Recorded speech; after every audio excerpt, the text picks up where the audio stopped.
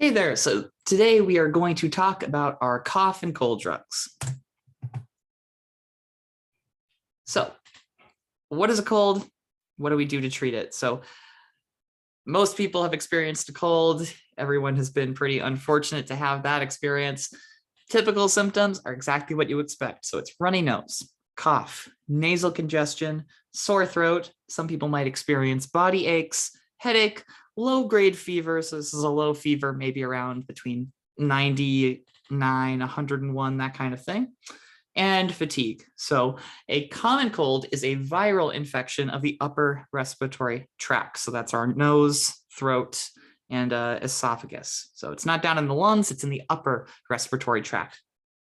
Now, because it is viral, of course, antibiotics won't work. So you can't take an antibiotic like a penicillin or something for a cold because that only works on bacteria. We're talking viruses here. Now, most common colds last between 7 to 10 days. And because we can't cure it, we can really only treat the symptoms. So that's where cough and cold drugs come in. Now, firstly, there's a few terms that we have to become familiar with that is part of the vocabulary of our cough and cold drugs. Number one, we have our antihistamines. Antihistamines work to reduce the severity of allergic symptoms like a runny nose and watery eyes. Because they work on allergies, they can also be used sometimes for colds because those symptoms are the same, right? And we're treating it symptomatically. So antihistamines can be used to stop that runny nose and stop those watery eyes that might be characteristic of a cold. We also have our antipyretics.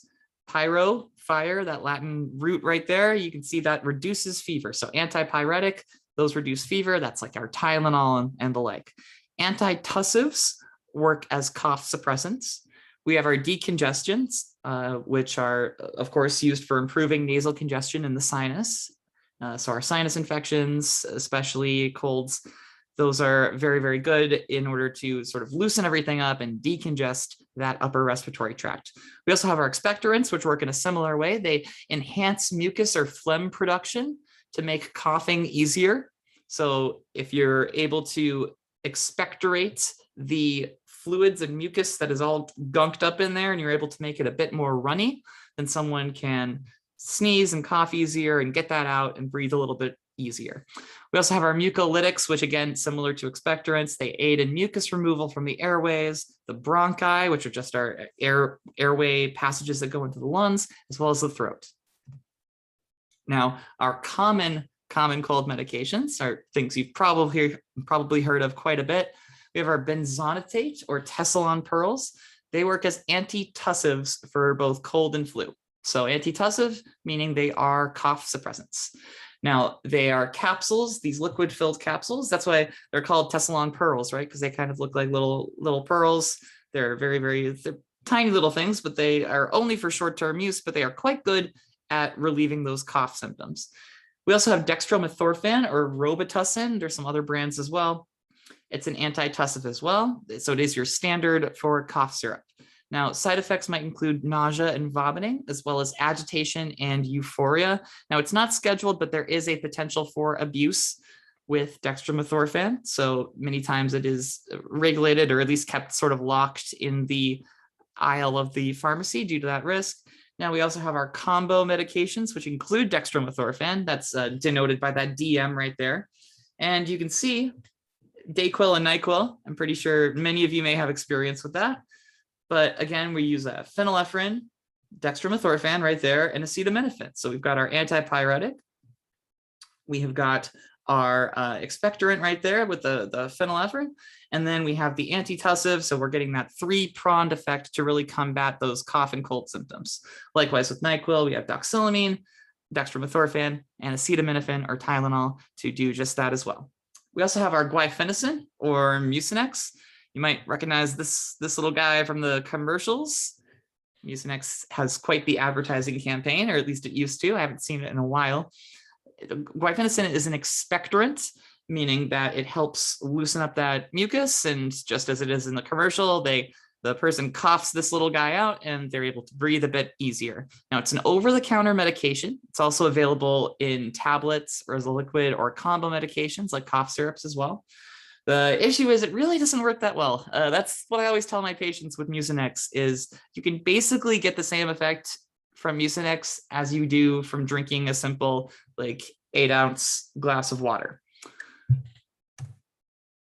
We also, though, for our more serious cough and cold symptoms, we have opioid antitussives.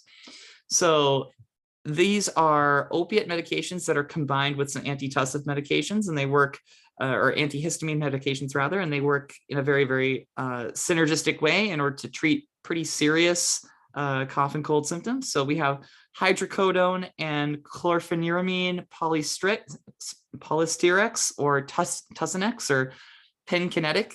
So it's a combo medication. It's also a C3 medication. So it has a pretty significant potential for abuse and misuse. That's mainly because of that hydrocodone right there. So hydrocodone is used to treat the cough associated with colds and allergies. Hydrocodone is the opiate part of it, and that actually works within the brain to sort of suppress that cough center in the brain, which is telling the body to cough. So that's how it works as an antitussive. Now we also have chlorpheniramine. That is an antihistamine. So it's used to treat and prevent allergic symptoms or a reaction. So it's available both as capsules, which are extended release, you can see right there, and as an oral suspension as well. And again, both of those are C3 medications, Schedule 3 medications. So they're quite a potential for abuse. So of course you would want to avoid it in anyone who might be at risk of opiate addiction or substance use disorder. Next, we also have codeine and promethazine, or Phenergen with codeine syrup. This is also slightly has an addictive risk because it is a C5 medication, a Schedule 5 medication.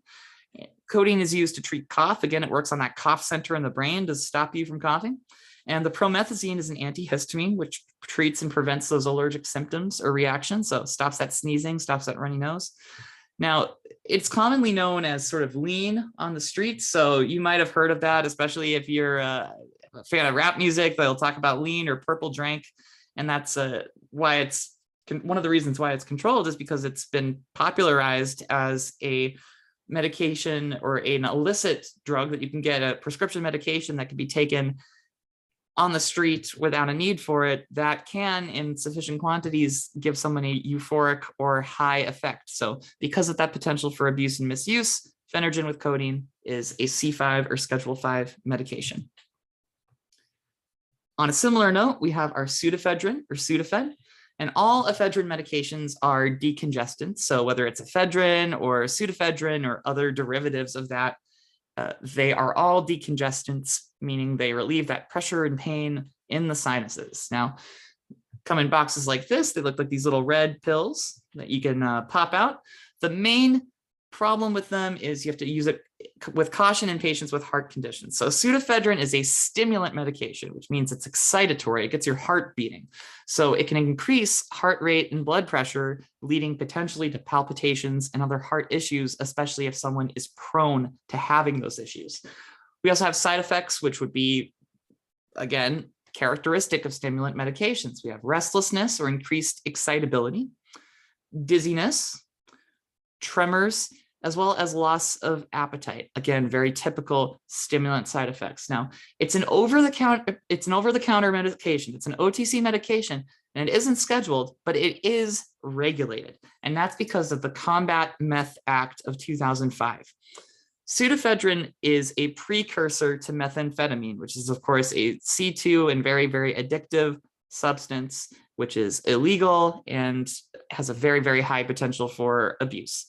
Now, because pseudoephedrine, through a fairly simple chemical process, can be turned from that over-the-counter medication into methamphetamine, which could be then traded illegally on the streets and lead to some people overdosing and dying, it's regulated how much you can buy in a day and a month. So you may buy no more than 3.6 grams of pseudoephedrine or pseudoephedrine products or Sudafed products in a day, and you may buy no more than 9 grams a month. Now that might sound like a small amount. That's actually quite a bit of it's way more medication than you would ever need unless you're trying to give Sudafed to an entire family of, say, like 6 or 7 people. It comes out to something along the lines of like 200 something Sudafed pills. So for most purposes, you will never go over that limit. But that is why when you go into a pharmacy, they need to scan your ID or scan a valid form of ID, and that keeps track of how much Sudafed you are buying. And that is all for the Combat Meth Act of 2005. And thankfully, it has been quite effective ever since that was passed in reducing the amount of meth that has been made in the United States. So that is just about it for our cough and cold meds. As always, if you have any questions, feel free to contact me. Thank you.